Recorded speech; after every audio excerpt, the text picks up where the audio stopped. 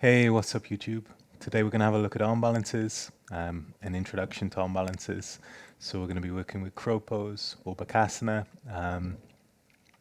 It's a really great point to start with arm balances because it teaches you to stack weight into the hands, and it teaches you to find the tipping point, that point where you've got enough weight stacked in the hands that the feet want to lift up on their own. You don't have to hop them or jump them up.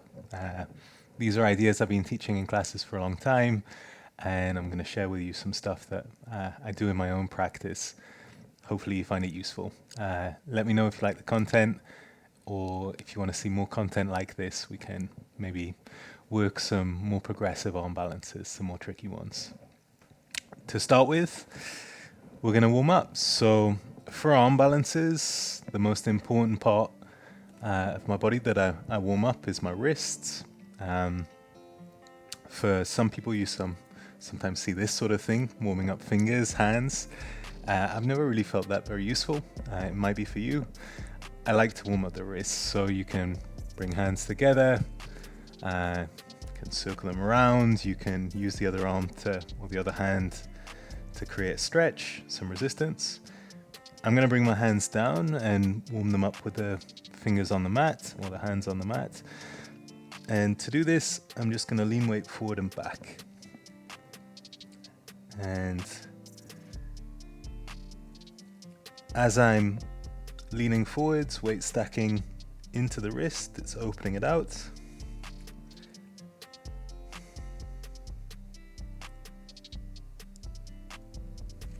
And once that starts feeling comfortable, you can switch the hands around. I like doing this one hand at a time, and this time as I lean back, I'm getting that opening. The back of the arm, the wrist.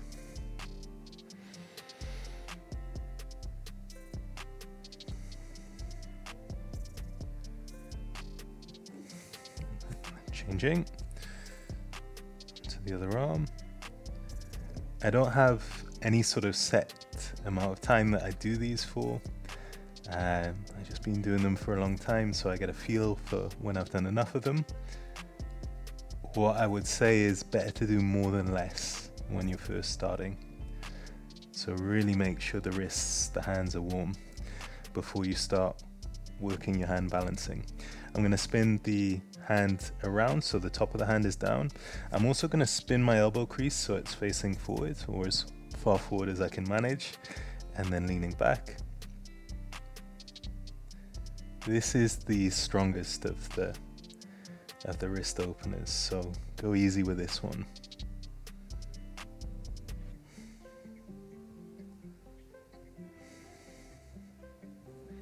And then releasing off and changing sides. So I lean back, spin the elbow crease. This is a strong one for sure.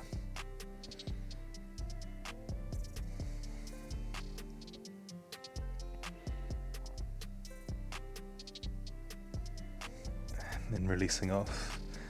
So once the hands, the wrists are warm, I'm going to bring them back down and revisit that very first wrist stretch that I did. And this time I'm going to start thinking about where my shoulders are in relation to my wrist. So finding shoulders stacking past the wrists here. Fingers spread, really important. So if they're close, they're closed. You're not going to get as much support through the fingers. There's going to be more weight in the wrist, so more intensive for the wrist, which we don't want. And also you just want to create a big stable surface area. So a nice big surface area. With my hands smaller surface area, harder to balance. Hand shoulder distance and leaning past. So getting comfortable with the shoulders passing over the tops of the wrist. And for me, this is the only strength requisite for crow pose, for Bakasana, is that you want to be comfortable stacking weight into the hands, into the wrist like this. You can hold it for longer as you get more comfortable, You could even work the knees up. One of the best ways to strengthen the wrists, I think, is work this same pose but with the knees lifted in plank, and just progressively holding it for more and more seconds. Get those wrists strengthened. But like I say, Bakasana, crow pose, it's not a strength movement, so you don't need a huge amount of strength. You just need the confidence to stack weight into the hands, into the wrists. So once you have that confidence, we can start working the pose. And crow pose is done with the knees on the outside edges of the arms and the arms bent. So crane pose, sometimes the two poses are confused, done with arms straight and the knees on the backs of the arms. Crow, knees on the outside edges and elbows bent, so I can be very low. And this is the next point that I think is important when you first start working crow pose, is to keep yourself low. So we're not trying to be too high when we first start. It's a lot more nerve-wracking to be trying to balance something with the head up high than it is when I'm lower down to the floor. So work low to start with, don't try and lift up too high. And the next thing is to gaze forward. So if I gaze down when I'm coming into my crow pose, I have to lean much, much further until my feet start getting light and I can lift them up. Then if I gaze forward and keep my chest lifted, I don't have to lean as far for the legs to get light. So you want to be training that from the very start. Gaze forward, chest lifts, but keep the body low. Hands at shoulder distance, fingers spread. And now we're going to start finding this tipping point. So I need to lean far enough that the feet start getting light, and then I can maybe try and lift one toe or lift both toes. Doesn't have to be for very long, you can drop them back down, but it's just getting comfortable and getting a feel for when you've leaned far enough forwards that the feet are light, that you have that ability to then lift them up if you want to. Sometimes I see people struggle getting to that point, understanding quite how far forward you have to lean, in which case props can be handy. I've got a couple of blocks here, could also use a bolster. I'm gonna bring my forehead down while my feet are still on the floor, and then I'm gonna try and lift the feet, and then I might try and lift the forehead. So this is just another way of approaching the pose to get a feel for how far you have to lean, and to sort of lock it into the body's, sort of the body memory there. The awareness of the body. So I lean in, I drop my forehead down, then I can lean enough weight into the forehead that I can lift my toes, and then I can maybe try and lift the forehead up. So enough weights forward that the toes can lift, and then I can maybe try and lift the gaze there. So yeah, just another approach if you are struggling with finding that tipping point, is maybe coming at it from the reverse, coming at it from having enough weight already forward and then trying to lift.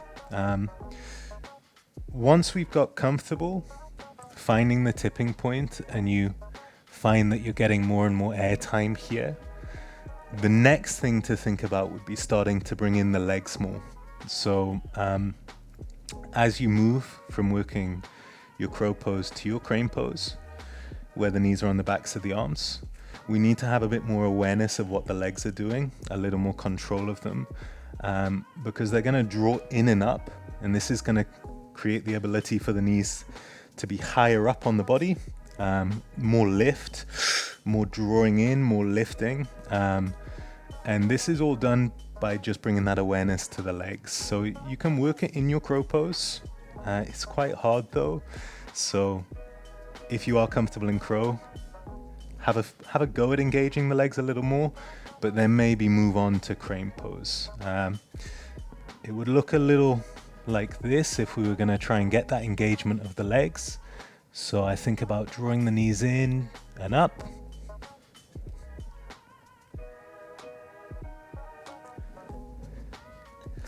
So I'm thinking in, up, in, up. And you saw I made that transition from the crow pose to crane pose. It would be easier to work crane once you're comfortable with your crow. So bringing the knees back onto the backs of the arms, leaning in, and finding that tipping point. More engagement through the legs, you're higher, and the arms being straighter creates more pressure on the wrists. So get comfortable with crow, elbows bent. Once you're getting lots of hang time. Start thinking about engaging the legs more, and then once you've got a feel for that, you can maybe start to move on and work your crane pose.